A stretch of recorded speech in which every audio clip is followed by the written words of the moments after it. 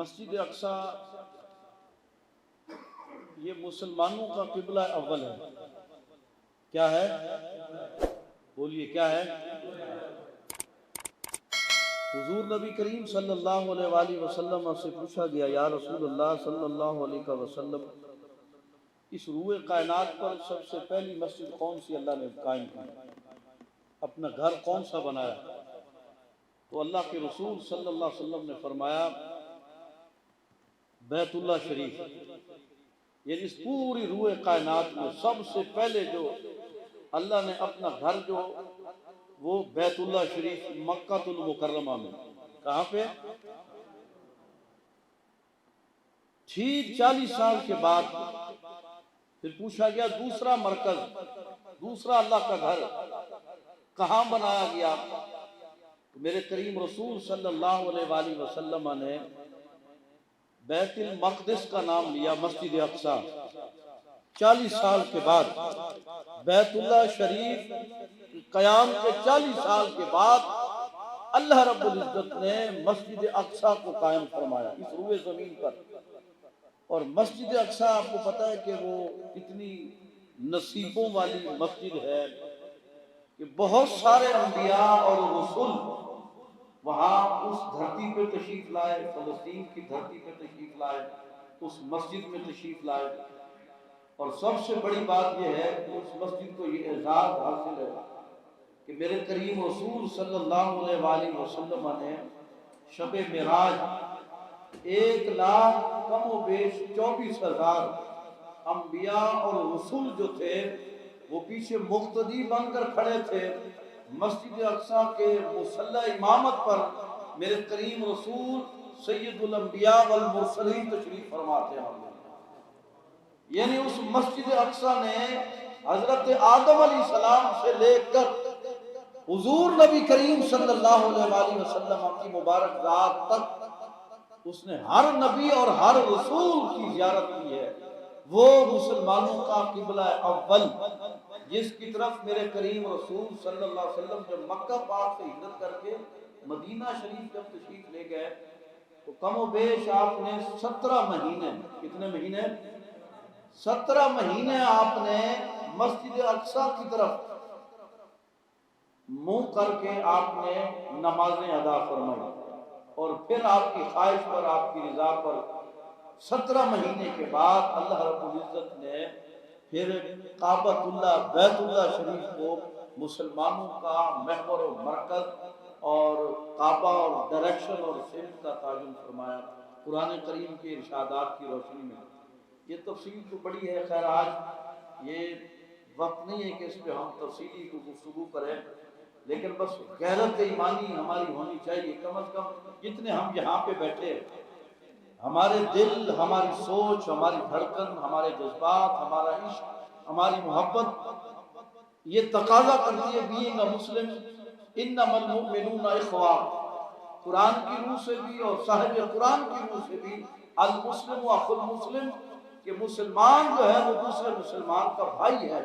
اس بھائی ہونے کے ناطے کم از کم ہم یہاں ہزاروں میل دور بیٹھ کر ایک دل میں کثرت تو محسوس کر سکتے ہیں نا، ایک تڑپ تو محسوس کر سکتے ہیں کہ ہمارے وہ بھائی ہیں، ہماری بہنیں ہیں، ہماری بیٹیاں ہیں، ہماری مائیں ہیں کہ جو بے یار و مددگار یہود و نود کے شکنجے اور پنجے میں ہیں.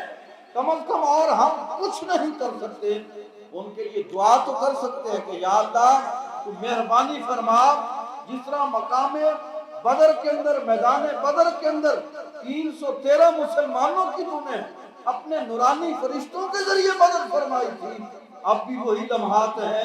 مہربانی فرما، کرم فرما ان نہتے فلسطینی مسلمانوں کو یہود و حنود کے شکنجے اور پنجے سے آزادی عطا فرما. کہہ دو نا آمین.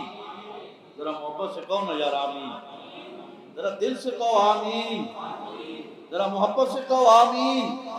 یا اللہ اس وقت جو بڑے کرب کی حالت میں ہے، بڑی تکلیف دہ صورتحال ہے وہاں پہ، آپ اندازہ نہیں کر سکتے. اب اس سے بڑی ظالمانہ اور فاسقانہ حرکت کیا ہوگی کہ ہسپتالوں پر بمباری کی جا رہی ہے، مریضوں کو، بچوں کو تباہ و برباد کیا جا رہا ہے، جلایا جا رہا ہے.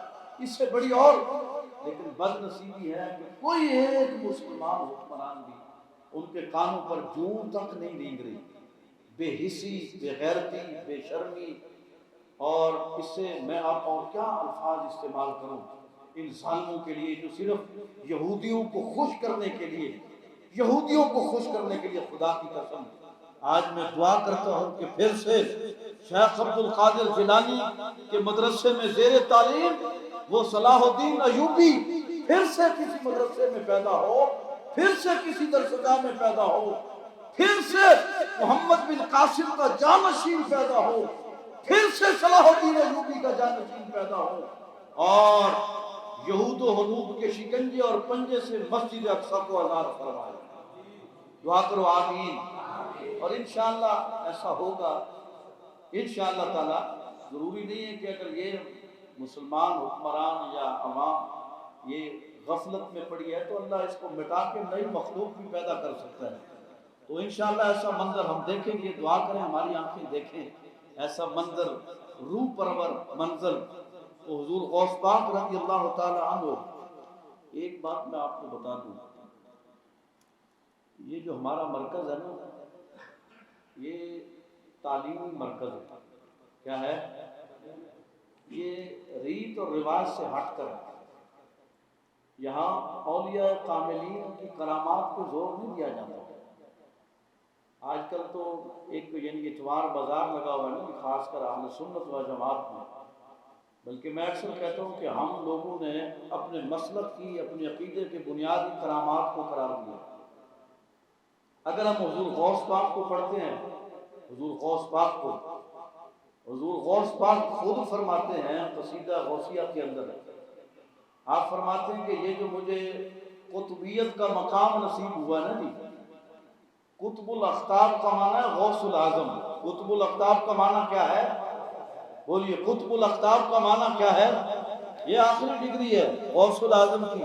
قطب الاقطاب یعنی سارے اقطاب جو ہے نا جی، جتنے بھی پوری دنیا کے اندر ہیں، ان سب کا شہنشاہ اور بادشاہ جو ہے وہ اس وقت بغداد شریف کے اندر تشریف فرما ہے، جس کا نام ہے محبوب سبحانی، قندیل نورانی، شہباز لامکانی، شیخ الاسلام والمسلمین، شیخ عبد القادر جیلانی الگیلانی ثم البغدادی رضی اللہ تعالی عنہ۔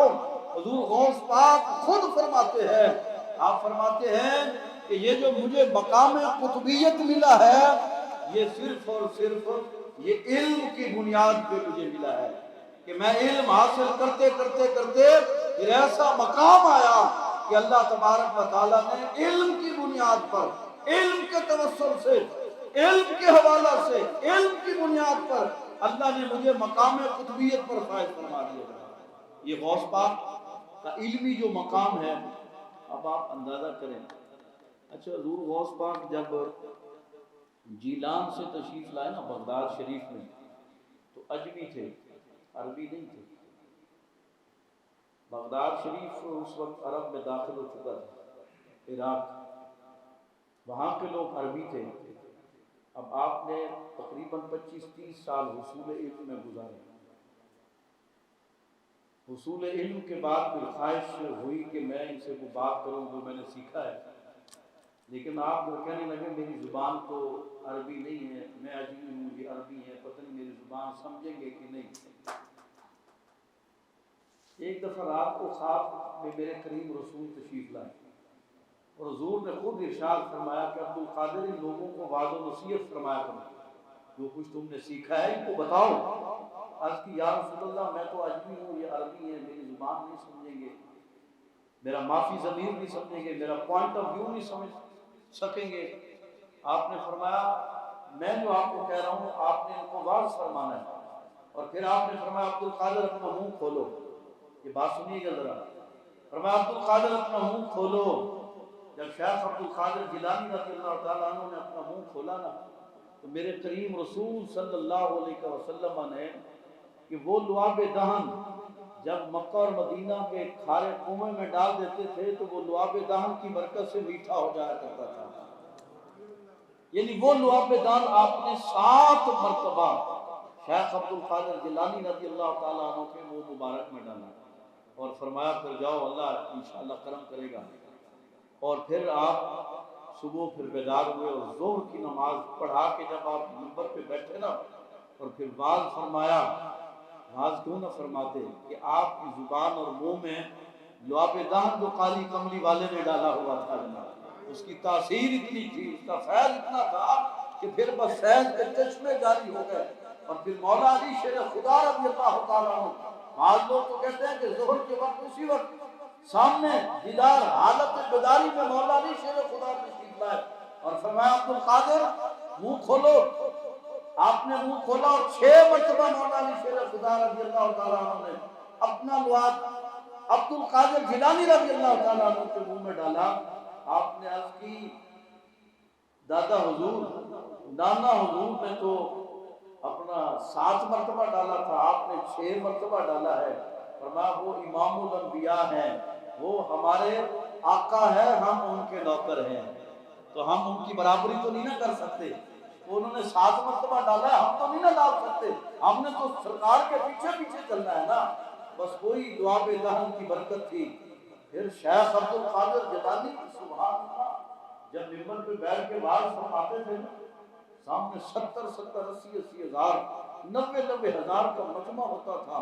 اور پھر ایک ایسا وقت بھی آیا کہ 400 بڑے وقت کے جید علماء باقاعدہ وہ قلم دوات لے کے بیٹھے ہوتے تھے اور آپ کو ملفوظات بیان کرتے تھے، صرف لکھنے کے لیے 400 علماء شیخ عبد القادر جیلانی کے ملفوظات قلم بند فرمایا کرتے تھے۔ اور پھر بعض ایسا ہوتا تھا، اچھا ایک مزے کی بات ہے، پھر میں قبلہ پیر صاحب کو دعوت دوں گا۔ ایک مرتبہ اجتماع تھا کافی زیادہ، مسجد تنگ پڑ گئی، پھر گراؤنڈ میں تشریف لے گئے۔ اچھا بارش شروع ہو گئی، کیا ہو گئی؟ جاگ رہے ہیں آپ؟ ستے ہو گئے؟ کیا شروع ہو گئی؟ سارے بولو گے تو پھر مجھے پتہ چلے کہ بارش ہو رہی ہے، رحمت کی بارش ہو رہی ہے، نور کی بارش ہو رہی ہے، علم کی بارش ہو رہی ہے، فکر اور نظریے کی بارش ہو رہی ہے۔ اگر محسوس کیا جائے تو اس نور کی بارش کی وجہ سے ہمارے دلوں کا میل بھی دور ہو رہا ہے۔ اب ہزاروں کا مجمع تھا، بارش شروع ہو گئی۔ بارش جب ہو تو بندے نماز بھی پڑھ رہے ہوں تو وہ پھر دل میں کہتے ہیں مولوی صاحب قرات لمبی نہ کریں، بس جلدی جلدی ختم کریں ورنہ سارا کچھ پیٹ جانا ہے۔ کیوں عمر بھائی ایسا ہوتا ہے؟ تو بارش شروع ہو گئی، لوگ ادھر ادھر جانے لگے۔ آپ نے آسمان کی طرف سر اٹھایا اور کہا مالک میں بڑی مشکل سے تیرے بندے اکٹھے کرتا ہوں اور تو انہیں بھگانے کا پروگرام بنا رہا ہے۔ میں نے بندے اکٹھے کیے ہیں تیری بات بتانے کے لیے اور تو بارش برسا کے انہیں بھگا رہا۔ بس یہ کہنا تھا، یہ دیکھو یہ اللہ والے ہوتے ہیں، یہ ایک لفظ کہنا تھا کہ میں ان کو اکٹھا کر رہا ہوں، آپ ان کو بھگا رہے ہیں۔ اسی وقت بارش جس ایریے میں بندے بیٹھے ہوئے تھے وہاں پہ بارش رک گئی اور لوگوں نے اطمینان سے خطبہ سنا۔ لکھنے والے لکھتے ہیں جنہوں نے حضور غوث پاک کی سیرت لکھی ہے، وہ کہتے ہیں آس پاس ہر جگہ بارش ہوتی رہی، جہاں عبد القادر کے دیوانے مجمع میں خطاب سن رہے تھے وہاں بارش کا قطرہ بھی نہیں تھا۔ اور پھر جب بھی حضور غوث پاک نے مجمع کیا، خطاب کیا، بات فرمایا، موسم آیا، بادل برسے، لیکن جس جگہ حضور غوث پاک واز فرماتے تھے میدان گراؤنڈ کے اندر، وہاں بارش کا نام و نشان نہیں ہوتا تھا۔ آس پاس بارش برستی تھی، اس میدان میں نہیں برستی تھی۔ یعنی اللہ نے بھی لاج رکھی ہے کہ یہ میرا بندہ جو ہے یہ میرے بندوں کو واعظ و نصیحت کے لیے بلاتا ہے، تو میں پھر اس کی کیوں نہ لاج رکھوں۔ تو جو اللہ کا ہو جاتا ہے پھر اللہ اور اللہ کی ساری خدائی پھر اس کی ہو جاتی ہے۔ حضرات محترم بدعا کریں کہ اللہ کریم ہم سب کو حضور غوث پاک کا فیضان عطا فرمائے۔ حضور غوث پاک کا بغداد شریف میں بارش نہیں ہوتی تھی، کسی نے کہا وہ جو سامنے گھر ہے نا وہ شیخ عبد القادر جیلانی رضی اللہ تعالیٰ عنہ کی پھپھو کا گھر ہے، آپ وہاں چلے جائیں اور ان سے جا کے دعا کروائیں۔ یہ سارا گھرانہ اللہ والوں کا تھا۔ اچھا وہ گئے، انہوں نے کہا جی ان کا نام عائشہ بی بی تھا، جا کے ریکویسٹ کی کہ دعا فرمائے اللہ تعالیٰ بارش برسا دے۔ اچھا آپ نے کہا چلو، انہوں نے ہاتھ نہیں اٹھایا، انہوں نے جھاڑو لیا اور اپنے گھر میں جھاڑو پھیر لیا اور کہنے لگی یا اللہ اب جھاڑو میں نے پھیر دیا ہے، چھڑکاؤ تو کر دے۔ جس کو سمجھ آئی ہے وہ سبحان اللہ کہے گا، باقی تو بس بیٹھے نہ جی ہے اللہ کے سپرد ہے۔ جھاڑو میں نے دے دیا ہے، چھڑکاؤ کون کر دے؟ کون کر دے؟ فرمایا جھاڑو میں نے دے دیا ہے، اب چھڑکاؤ کرنا تیرا کام ہے۔ بس یہ کہنے کی دیر تھی فیاض صاحب کہ اللہ تعالیٰ نے اتنی بارش برسائی، اتنی بارش برسائی کہ ہر طرف جل تھل ہو گیا الحمدللہ، ہر طرف جل تھل۔ یعنی یہ اللہ والوں کہ جو نسبتیں ہوتی ہیں اللہ ان کو بھی فیض عطا فرماتا ہے۔ اور حضور غوث پاک تو بڑے کرموں والے ہیں، یعنی جن کے نانا مدینہ پاک میں ہیں، کتنا بڑا مقام ہے، جن کے نانا رسول مدینہ پاک میں ہے، گنبد خضرا میں ہیں، اور جن کے دادا مولا علی شیر خدا نجف اشرف میں ہیں، اس سے بڑا اور مقام کیا ہو سکتا ہے کہ ایسا نسبی تعلق حسنی حسینی، یعنی باپ کی طرف سے حسنی سید ہیں اور ماں کی طرف سے حسینی سید ہیں۔ حسینی سید یعنی نجیب الطرفین، ماں اور باپ کی طرف سے یہ نسبتیں کم لوگوں کو نصیب ہوتی ہیں، لیکن یہ ضرور شیخ عبد القادر جیلانی کو یہ مقام حاصل ہے کہ آپ نجیب الطرفین سید ہے، حسنی اور حسینی سید ہے، باپ کی طرف سے حسنی سید ہے، ماں کی طرف سے حسینی سید ہے۔ اور پھر اللہ نے مقام ایسا فرمایا، حضور شیخ عبد القادر جیلانی خود فرماتے ہیں جب تک میں مہر نہ لگاؤں اللہ تبارک و تعالیٰ کسی کو مقام ولایت عطا ہی نہیں فرماتا ہے۔ یعنی آپ کی مہر سے ہی اللہ کریم کسی کو بھی اگر ولایت عطا کرنا چاہے تو جب تک عبد القادر کی مہر نہیں نہ لگے گی اس وقت تک کسی کو ولی نہیں کہا جا سکتا، نہ کوئی بن سکتا ہے۔ شیخ عبد القادر جیلانی کو اللہ نے بڑا مقام عطا فرمایا۔ باقی باتیں قبلہ پیر صاحب آپ سے ارشاد فرمائیں گے، بس آپ سے گزارش یہ کرنا ہے کہ ایک تو وقت پہ تشریف لایا کریں، کوشش فرمایا کریں کہ مہینے میں صرف 2 گھنٹے ہمیں دیں۔ مہینے میں 365 دن ہوتے ہیں سال کے، مہینے کے کتنے دن ہوتے ہیں؟ مہینے کے 365 30 دن ہوتے ہیں۔ اگر آپ 30 دنوں میں یہ گھنٹے تو کافی بنتے ہیں، یہ قبلہ حافظ عمر صاحب ہی یہ اللہ سبحان اللہ، یعنی کہ 800 کے قریب گھنٹے اگر آپ تصور کریں، یہ اس سے بھی زیادہ بنتے ہیں۔ اگر آپ 2 گھنٹے ہمیں دیں، مجھ سے ضمانت لے لیں، میں اس عظیم و شان ادارے میں کھڑے ہو کے عرض کر رہا ہوں، آپ 2 گھنٹے وقت پہ تشریف لائیں، اخلاص نیت کے ساتھ دیں، انشاءاللہ کل قیامت کے دن باقی ساری آپ کی نیکیاں ماشاءاللہ آپ کرتے ہیں، اللہ آپ کو اور توفیق دے، وہ ایک سائڈ پہ ہوں گی۔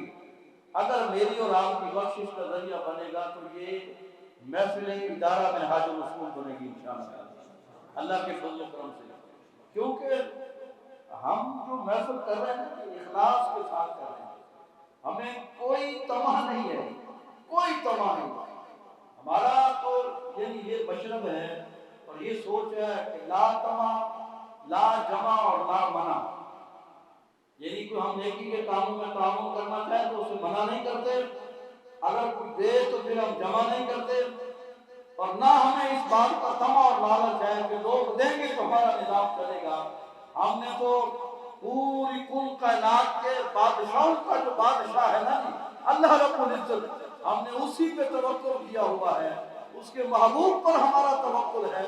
انشاءاللہ ادارہ منہاج الرسول کا یہ جو فیض کا چشمہ ہے یہ اللہ توکل اور میرے کریم رسول کی نظر رحمت کی بدولت یہ جاری و ساری ہے۔ ہمارے اندر اخلاص ہے، ہمارے اندر محبت ہے، ہمارے اندر اخلاق ہے، آپ سب ہمارے لیے قابل احترام ہیں، اور ہم قبلہ پیر صاحب کے ہم مجاہد ہیں، جو ہماری ایک فورس ہے نا جی، ہم قبلہ پیر صاحب کے آپ کو سمجھے کارکن ہیں، یہ ہمارے بڑے ہیں روحانی طور پہ بھی اور ویسے بھی ہماری سرپرستی کرتے ہیں۔ اللہ تعالیٰ ان کے لیے دعا بھی کیا کریں کہ اللہ تبارک و تعالیٰ انہیں لمبی عمر عطا فرمائے اور ان کا سایہ اس ادارے پر، اس امت پر، لوگوں پر تادیر قائم و دائم رہے، اپنی آل اولاد کو قائم رہے تادیر۔ یقین جانیے یہ خوشامد کی بات نہیں ہے، جس طرح حضور غوث پاک نے فرمایا نا مختلف، میں نے کتاب بھی لکھی تھی، یہ غوث الورا، یہ 350 صفحوں پر مشتمل، یہ آج سے تقریباً 12 سال پہلے میں نے یہ کتاب لکھی تھی اور اس کے 3 ایڈیشن چھپ چکے ہیں۔ اس میں نے کوشش کی ہے کہ حضور غوث پاک کے جو علمی پہلو ہے نا کرامات سے ہٹ کر، دیکھو نا یہ تو صرف یہ نہیں کہ اللہ کا ولی یہ کرامت ہے، یہ اللہ کے ولی کا وجود ہی سراپا کرامت ہوتا ہے۔ لیکن جو حضور غوث پاک کا مشرب تھا، حضور غوث پاک خود فرماتے ہیں اللہ مجھے اتنا عطا فرمائے، اتنا عطا فرمائے، اتنا عطا فرمائے کہ وہ مجھے دیتا جائے اور میں اس کے دیے میں سے اس کی مخلوق پہ خرچ کرتا رہوں۔ اور ہے ہی ایسے خدا کی قسم، آپ کاروبار بھی کرتے تھے کروڑوں کا، عامر صاحب کروڑوں کا بزنس کرتے تھے، لیکن آج تک ہمیں کوئی ایسی پراپرٹی آپ کی نظر نہیں آئی کہ یہ جائیداد، یہ بنگلے، یہ کھیت کھلیان یہ حضور غوث پاک کی ذاتی ملکیت ہے۔ جو آتا تھا نفع وہ سارے کا سارا جو آپ نے دین کا مدرسہ بنایا ہوا تھا ان غریب یتیم مسکین طالب علموں پہ خرچ فرما دیا کرتے تھے۔ اور ایک دفعہ ایسا ہوا کسی نے کہا حضور وہ جو آپ کا سامان جا رہا تھا کسی دوسرے ملک میں، وہ بحری جہاز کے ذریعے، وہ طوفان آیا اور وہ جہاز بھی ڈوب گیا، سامان بھی غرق ہو گیا، ختم ہو گیا اور کروڑوں کا نقصان۔ آپ بچوں کو پڑھا رہے تھے، آپ نے ایسے میں نظر جھکائی، یہ میں آپ کے لیے بھی کہہ رہا ہوں، آپ نے ایسے نظر جھکائی اور پھر کچھ دیر کے بعد سر اٹھایا اور فرمایا الحمدللہ۔ اگر کسی کو آپ کو آ کے فون بھی ابھی آ جائے وہ جی آپ کے بینک میں سے 5 لاکھ روپے وہ لا کے لے گیا، 2 لاکھ روپے جناب وہ آپ کا چوری ہو گیا، کہ گھر سے کوئی اللہ نہ کرے تو کیا خیال ہے آپ دل کی طرف دیکھیں گے یا بھاگیں گے؟ سیدھی بات، بھاگیں گے نا۔ میں خود بھی یاد دیکھوں گا اور یاد ہے نہیں، لیکن حضور غوث پاک کا جملہ سنیے، کروڑوں کا نقصان سن کر بھی ایسے نظر جھکائی پھر اوپر اٹھایا سر کہا الحمدللہ۔ وہ بتانے والا حیران ہو گیا، کروڑوں کا نقصان ہو گیا، حضرت الحمدللہ کہہ رہے ہیں، یہ سب طریقے اللہ کے لیے، نہ ملال، نہ پشیمانی، نہ غم، نہ افسردگی، نہ چہرہ گھبرایا، نہ دل میں ملال، کوئی چیز۔ اچھا 2-3 ہفتوں کے بعد پھر اسی بندے نے آ کے بتایا حضرت وہ طوفان وسایا تھا پھر تھم گیا، ہمارا جہاز لنگر انداز ہوا، ہمارا سامان بکا، اللہ نے کرم کیا، کروڑوں کا نفع ہوا ہے، کروڑوں کا۔ ہم سنیں گے تو ہم تو اچھل پڑیں گے، موجہ ہو گئی، کمال ہو گئی۔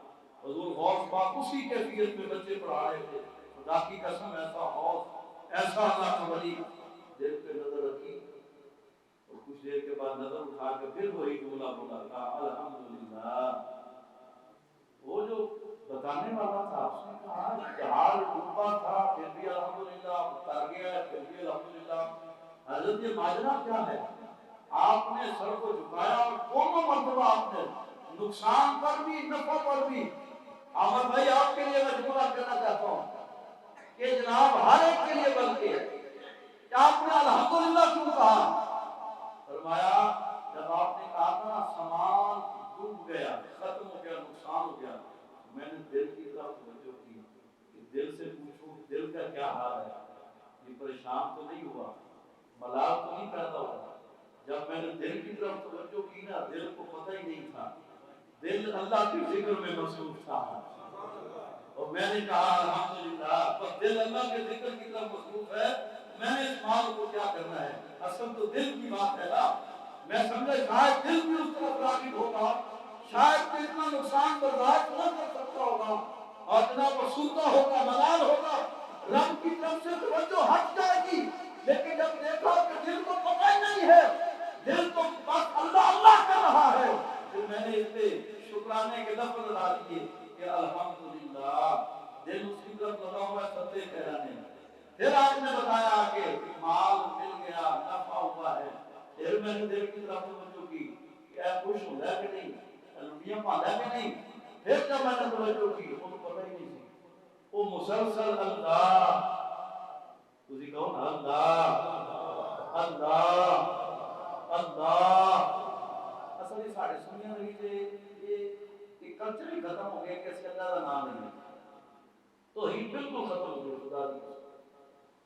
بنیادی جو سارے علماء اولیاء وہ اس مقصد واسطے آئے کہ وہ توحید کی دعوت دیتے رہے. میں تو کہہ رہا ہوں تو اللہ کون ذرا اللہ ذرا محمد کون اللہ اللہ اللہ کیا صحیح کے لیے وہ تو کیا صحیح کے لیے جب دل اللہ اللہ کر رہا تھا اور حضور غوث پاک کا وہ دل تھا عام بندے کا تو نہیں تھا ندی اور ہمارے پاس میں نے دیکھا کہ وہ مصروف ہے. پھر میں نے کہا شکر ہے الحمدللہ. تو کبھی اللہ کرے ہمارے اندر بھی ایسی کیفیت پیدا ہو جائے کہ نفع نقصان ہو کوئی بات نہیں اللہ کی طرف سے ہے اللہ کرم فرما دے گا. اور پھر ایک وقت ایسا آیا کہ حضور غوث پاک جو دستار پہنتے تھے نا دستار ایک دفعہ بڑی قیمتی دستار پہنی ہوئی تھی. اس کی قیمت تھی پاکستانی روپے میں 2 کروڑ روپیہ. کتنی؟ آپ جا رہے تھے نئی فائد نئی خرشت بنانے والا آپ اس کے پاس کھڑے ہو گئے تو اس نے کہا حضرت یہ تو دستار آپ کو بڑی سج رہی ہے ماشاءاللہ آپ کا جو سر مبارک ہے یہ میرا سر بھی اتنا ہی ہے. یعنی وہ مزاحن کہنے لگا کہ جتنا آپ کا سر ہے میرا بھی اتنا ہی سر ہے. آپ سمجھ گئے کہ یہ چاہ رہے کہ یہ دستار میرے سر پہ ہونی چاہیے. آپ نے دستار کو اتارا اور اس کے سر پہ رکھ دی. وہ کتنا خوش نصیب تھا کہ جس کے سر پر عبد القادر جیلانی کی دستار آ گئی. اب اس نے دیکھا شیشے میں اس وقت کا جو بھی آلہ تھا اس نے کہا اللہ جی آپ نے فرمایا یار تیرے تو سبحان اللہ تیرے سر پہ تو جتی بڑی ہے کیوں جی ہم اگر کسی چیز دینا کسی کو زبردستی دے بھی دے کہنا نہیں آپ نے مجھے صحیح کی عامر بھائی کو کہوں نا کوٹ میں خرید کی صاحب صاحب میں پاؤں گا کامر پہ کہنے لگے تو ہم بتائیں میں تو چھوٹا لے آ کے دوں گا انسان کیوں جی عامر بھائی ایسا ہے نہیں لیکن وہ کتنے بڑے تھے خدا کی قسم. جب دستار پہنی نا 2 کروڑ روپے کی دستار تھی اور ایک نئی نے پہنی اچھی لگی اتارنے نہیں دی اتار کر کہا حضرت نے تو بس دیکھا تیری ہے یہ عبد القادر جب کسی کو کوئی چیز دے دیتا ہے پھر عبد القادر کی روح تو پرواز کر سکتی ہے لیکن دی گئی چیز واپس کبھی نہیں دیتا. یہ تھے عبد القادر جیلانی اللہ والے. دھیان ادھر تھا ادھر تھا یہ پورا پیر صاحب کا دھیان ادھر ہی ہے. قسم سے میں آپ کو صحیح کہہ رہا ہوں یہ ادھر ہی ہے. جو آیا بس خرچ کرتے جو آیا بولو جو آیا خرچ کر. ایسے کی ضرورت کوئی نہیں ہے کہ کیا ہو رہا ہے کیا نہیں ہو رہا. بہرحال ہم کوشش کر رہے ہیں آپ جیسے دوستوں کے ساتھ مل کے. آج ہمارے لیے محمد عامر صاحب سامنے تشریف فرما ہے. یہ آپ آگے تشریف ہیں عامر بھائی آج یہ ہمارے جو میڈیا کا ہے نا میڈیا کا جتنا ادارہ میں حاج رسول کا یہ ہم جو ایک سیٹ اپ پورا بنا رہے ہیں تو ہم نے مشاورت کے ساتھ قبلہ پیر صاحب کی سرپرستی اور حکم سے یہ محمد عامر صاحب ہمارے ایک موسم ان کا ہے چینل وہ آپ اس کو دیکھیں اس میں ہماری کافی ایکٹیویٹی ہوتی ہے. یہ محمد عامر صاحب اس موسم چینل کے CEO ہے. آج سے ہم ان کو اپنے ادارہ میں حاج رسول کا بھی جو ہمارے میڈیا کا سارا کچھ ہے نا ہم ان کو ایز اے میڈیا کوآرڈینیٹر ہم نامزد کر رہے ہیں. تو سبحان اللہ. یعنی ایسے ایسے لوگ انشاءاللہ قریب آپ کے سامنے ہم لائیں گے وکلاء کی طرف سے بھی میڈیا کی طرف سے بھی ریٹائرڈ بیوروکریسی کی طرف سے بھی ججز حضرات کی انشاءاللہ قریب آپ کو نظر آئیں گے. ہم ایک وکلاء کی ہم میٹنگ کر رہے ہیں ادارہ میں حاج رسول کے پلیٹ فارم پہ اللہ کے فضل و کرم سے. بس آپ کا کام یہ ہے کہ آپ نے ہمیں چندہ نہیں چاہیے ہمیں آپ کا کندھا چاہیے. کندھا دیں گے کندھا بھی چاہیے اور کندھا بھی چاہیے کندھا بھی چاہیے اور آپ کہیں گے یار یہ کندھا ادارہ ہے دینی اس میں مدرسہ ہے یہ چندہ نہیں مانگ رہے یہ کندھا اور بندہ مانگ رہے ہیں. ورنہ تو کہتے ہیں چندہ دے دو بندہ اور کندھا نہیں چاہیے. چندے دو گلے پر ہوگا موجہ ہی موجہ. ہم چندہ نہیں مانگتے. میں نے کہا لا منع لا جمع لا تما یعنی لالچ بھی نہیں ہے جمع بھی نہیں کرتے اور جو دے پھر منع بھی نہیں کرتے. الحمدللہ اگر آپ اس ادارے کے ساتھ کسی بھی رنگ میں ہمارے ساتھ کوآپریٹ کریں گے کوآرڈینیٹ کریں گے تو ویلکم. یہ فقیر پیر صاحب نے ڈیوٹی اس لیے لگائی ہے کہ بیٹا آپ نے یہاں بیٹھنا ہے صبح سے شام تک کوئی بھی ہے یہ فقیر ہی دے رہا ہے. یہ فقیر یہ کرتے تو سارے پیچھے مان بیٹھے ہیں. یہ سارے جھکیوں کے جناب یہ ماشاءاللہ آپ کھڑا کریں گے کتنے لوگ ہیں آگے یہ دیکھو ہم سارے کو ایجوکیٹ کر رہے ہیں. یہ سارے ملنگ ہیں پرویش ہیں اور ہم خاتم ہے، آپ سب کے خاتم ہیں. آپ تشریف لائیں 24 گھنٹے انشاءاللہ ہمارے دل کے دروازے، ادارے کے نہیں، دل کے دروازے. پتہ ہے سمجھو کہ ادارے کا دروازہ بند ہوئے گا تو دل تک کھلا ہے، ادارے کا بھی کھلا ہوئے گا تو دل کا دروازہ بھی کھلا ہوئے گا انشاءاللہ. بس ہمیں بندہ چاہیے اور بندہ چاہیے، ساتھ دیں گے انشاءاللہ. نیک مشن ہے، نیک مشن ہے، عالمگیر مشن ہے، انشاءاللہ ساتھ دیں گے ہمارا. اور انشاءاللہ ہم تو مرتے دم تک قبلہ پیر صاحب سے ہم نے سمجھو بیعت کر لی ہے، اس لحاظ سے کہ قبلہ قاری صاحب، منیر صاحب، حافظ عمر صاحب، یہ قبلہ رمضان شاہ صاحب، یہ رضوان صاحب، یہ جناب نثار صاحب، یہ پیاز صاحب، یہ جتنے سارے بزرگ ہیں، یہ سارے